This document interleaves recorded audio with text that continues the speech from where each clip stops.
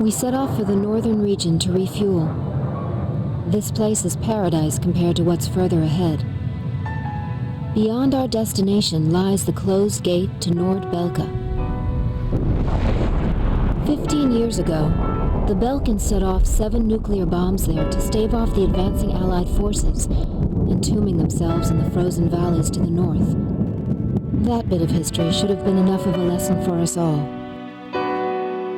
The 7 Belkan cities near the gate were vaporized, and the local area is still highly radioactive. Our landing point was in the state of North Ossia, formerly a haven for Belkans, but now entrusted to Oceanward. If you refer to it by that name in front of a local one, he'll put a scowl on his face and tell you that this is South Belka.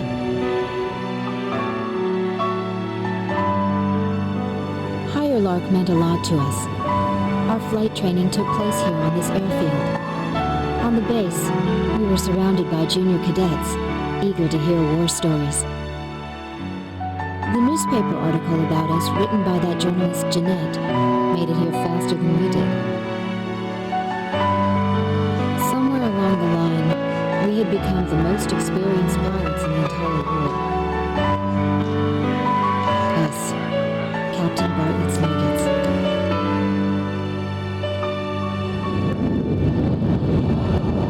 We were directed to take these inexperienced pilots back with us to Sand Island when we returned.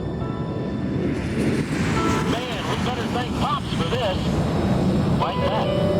'Cause he's the guy who pounded basic fighter maneuvers into us. Now we can lord it over all these guys. You said it.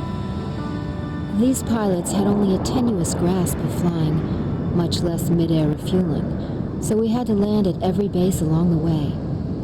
I can't believe we have to send them off to guard the western coastline.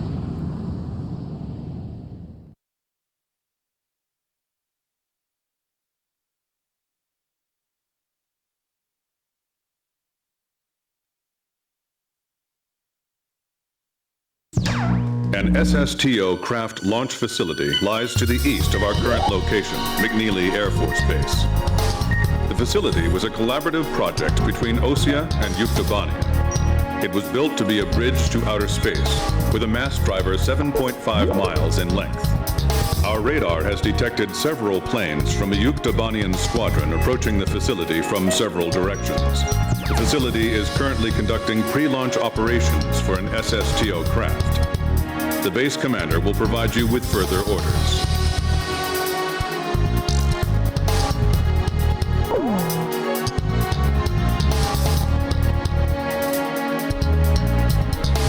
This is the commander of McNeely Air Force Base. All units, including those refueling at this base, are now under my command. Engage the incoming enemy. All untrained pilots are barred from taking off. Those guys are still kids.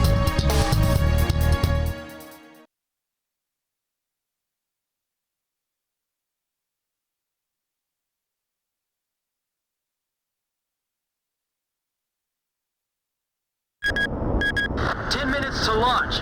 Commencing countdown.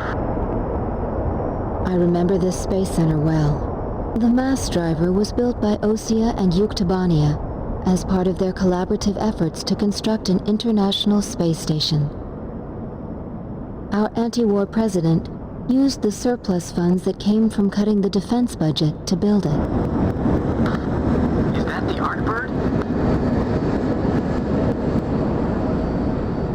The Arkbird, a white bird built as the first step toward the realization of the space station project. Now it's left its orbit and is just low enough to graze the atmosphere. It's coming down to pick up the laser cannon they're about to launch. They were building a bridge of peace that would span into outer space.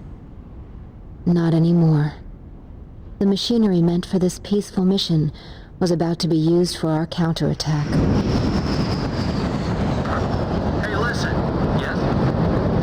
Supposed to work like a satellite? Why'd it climb down all this way? It's a maneuverable orbiting spacecraft.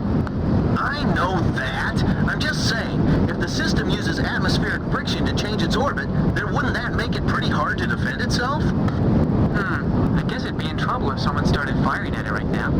Yeah, so shouldn't it be higher up then? Continue countdown. 3 minutes to launch. Halt the countdown. Enemy incoming. This is the Base Air Defense Command. The enemy has a large formation of transport planes escorted by a squadron of fighters. They're conducting an air assault to capture this base. What? They're actually planning to invade Osea?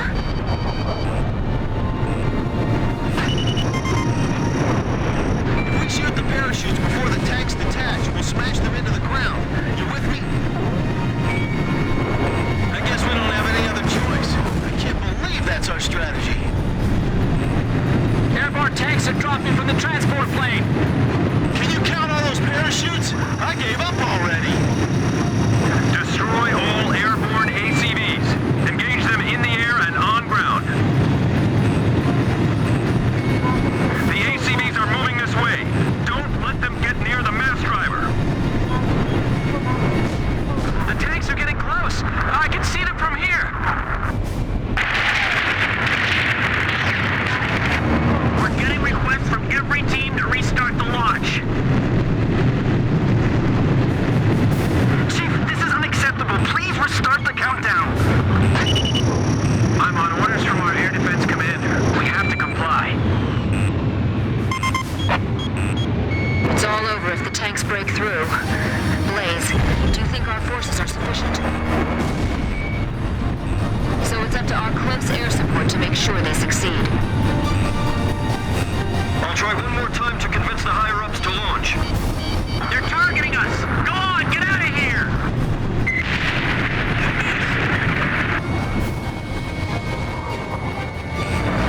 Stay alert. Enemy radar's locked onto you. Nice kill, Captain. They're halting the countdown after all this? All that hard work, just down the drain.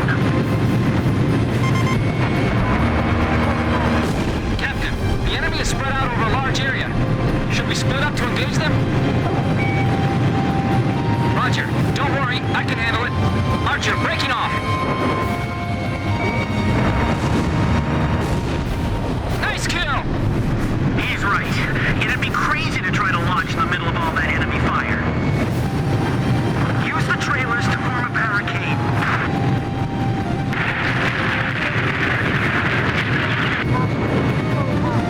Multiple enemy aircraft overhead. They're coming this way. All Yuktobani and ACVs destroyed. Our thanks to all Allied aircraft. That should be most of them. It looks like they've abandoned the ground invasion and decided to just destroy the base. Wipe out the remaining enemy forces. Make an effort to minimize any damage to the mass driver. Large number of cruise missiles tracked on the outer edge of our radar coverage. All fighters, engage and destroy these cruise missiles. Captain, can you detect the cruise missiles from there? I picked them up as well. They're heading for the facility. Look at all those missiles. Confirmed kill on a bomber. Those must be the aircraft behind those cruise missiles. The SSTO is gonna get hit if this keeps up. This is Flight Director Adam Gittleman. Continue SSTO launch. Recommence launch sequence. Attention all personnel. We only have one chance to launch. Let's all do our jobs and see this through to the very end. That is all. Weather team, roger.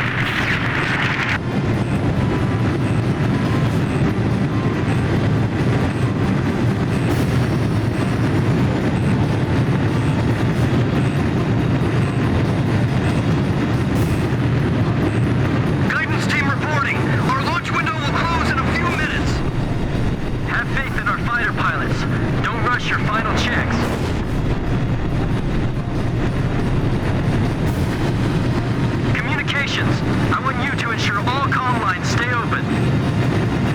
We got it covered, sir. 3 modes of communication. Wired, wireless, and runners.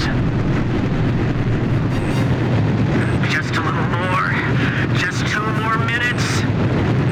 Whoa, that was close. Come on, we can't waste any more time. Final pre-flight check. All stations, go over everything one last time. Guidance, navigation, flight control, telemetry, communications, flight dynamics. Do we have a go or no go? All systems go from all team leaders. Proceeding with launch.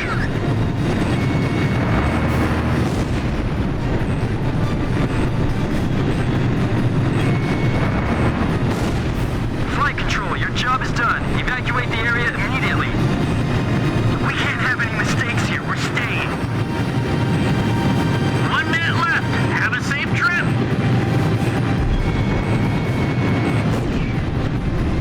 Damn it! Is this it for us?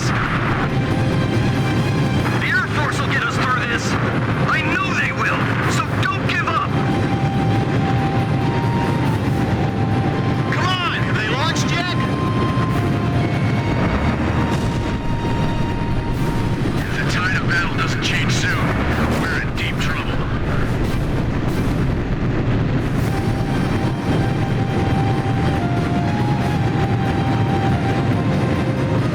Countdown.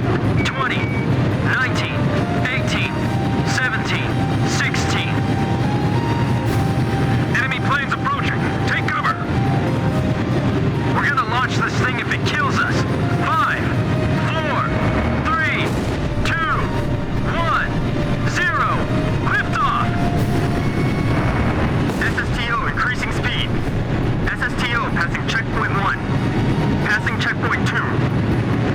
Passing checkpoint 3. Mass driver hit by cruise missile.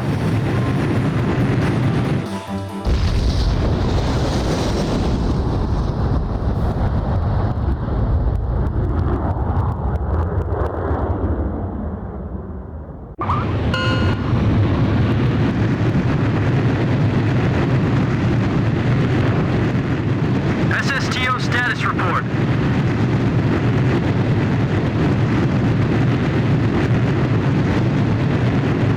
Everything's clear. All systems are go. Yeah, I'm seeing it now. It's a beautiful sight. This is great.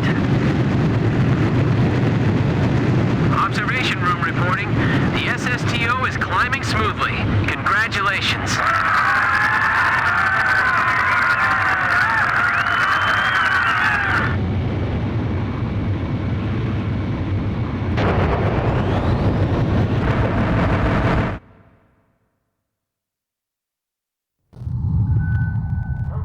The white bird rose up once again, laser cannon in its wings. It was a moving sight. In my heart, though, I wished it didn't have to be used in war.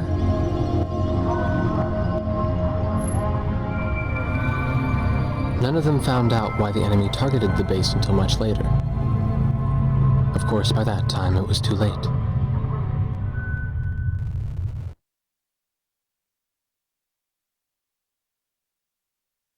We prevented the Yuktobanian army from capturing the launch facility.